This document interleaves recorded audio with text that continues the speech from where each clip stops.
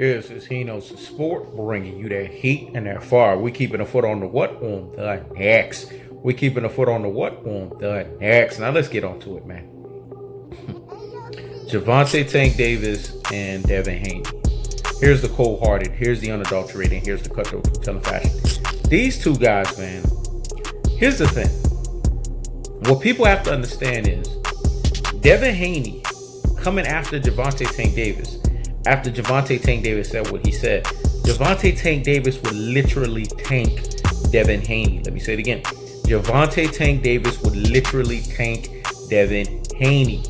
Devin Haney is a guy that I look at and I say, man, he's a 1A outside of Shakur Stevenson's 1. Let me say it again. He's a 1A outside of Shakur Stevenson's 1. But Gervonta Tank Davis, there's levels to this stuff, man. Shout outs to Meek Mills.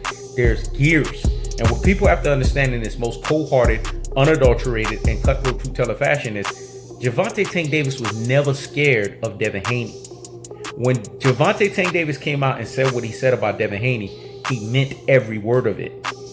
The problem with boxing community fan base is they were trying to split these two guys apart and basically say, well, Gervonta Tank Davis is not taking himself seriously, which there's credibility to that. But then want to go and throw extra salt, you know what I'm saying, on the fire, you know, add injury to insult and basically say that Gervonta Tank Davis ain't shit and prop up Devin Haney. That's why I like when Floyd Mayweather came out and Floyd Mayweather said the media and those other folks, let me say it again, the media and those other folks was trying to do that fuck shit and pin me against Gervonta Tank Davis and Devin Haney. Look, I'm here to give everybody great work. I'm going to give Devin Haney great work. I'm going to give Gervonta Tank Davis great work. I'm giving everybody great work. What people have to understand is when you look at the delineation, you look at the distinction, you look at the division and the gulf between these guys' two skill sets, Gervonta Tank Davis is on another level. He's a pull counter extraordinaire, and he has power that Devin Haney has not faced in the damn boxing ring. And last time I checked, a fighter's as good as his last fight. So Devin Haney's running his mouth. Oh, you didn't look good in your last performance. Listen, Devin Haney, newsflash. You did not look good in your last performance too. Let me say it again. You sitting here saying Gervonta Tank Davis didn't look good in his newsflash. Listen, Devin Haney, you did not look good in your last fight. Your last fight against Alfredo Santiago, you was getting picked apart. You looked predictable. You was throwing a choppy overhand right that was a predictable a mile away. Could you imagine if that was Tank that was fighting your ass in the ring? You would have got exposed.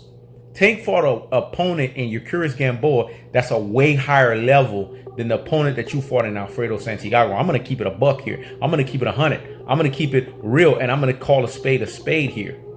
And when I'm doing this in the truth-telling fashion, there's levels to this stuff. Devin Haney has not fought the opponents that Gervonta Tank Davis has fought. Have you been in the ring with a Jose Pedraza? Let me know when you've done that. Have you been in the ring with a Eucurus Gamboa? Let me know when you've done that. Gervonta Tank Davis has fought opponents that Devin Haney has not fought. Gervonta Tank Davis is legit at 130 pounds, and he is the king of 135. And there's a reason why. Because he is a Mighty Mouse iteration of Roy Jones Jr. meets Mike Tyson. When you look at Devin Haney has that work ethic, right? But now you see Gervonta Tank Davis as focused as ever. And the scariest Gervonta Tank Davis was a focused Gervonta Tank Davis. Because if Devin Haney had an advantage in the work ethic and in him being able to push himself, then he no longer has that. Because if that was his only advantage, right? That I train in the gym, I work hard. We see Gervonta Tank Davis with Leo Santa Cruz. Obviously, we need to see more of that. Let me say it again. Obviously, we need to see more of that. But here's the bottom line. Gervonta Tank Davis, right here in the present, is showcasing to us that he's willing to put in the work. And that version of Gervonta Tank Davis, I'm sorry to say it, nobody beats him. That's Devin Haney included. That's Shakur Stevenson included. That's anybody that you could think of included. Gervonta Tank Davis is just leagues and shoulders above the fray. This is why the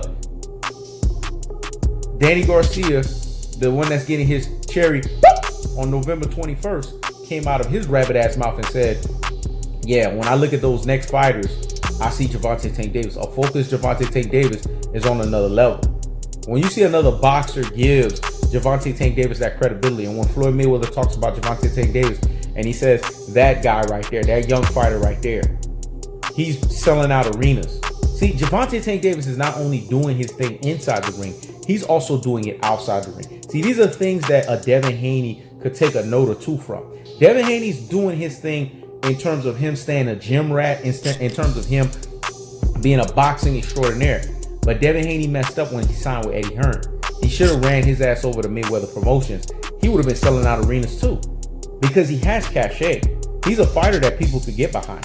But when we sit here and we look at Gervonta Tank Davis and we look at Devin Haney, we have to call a spade here.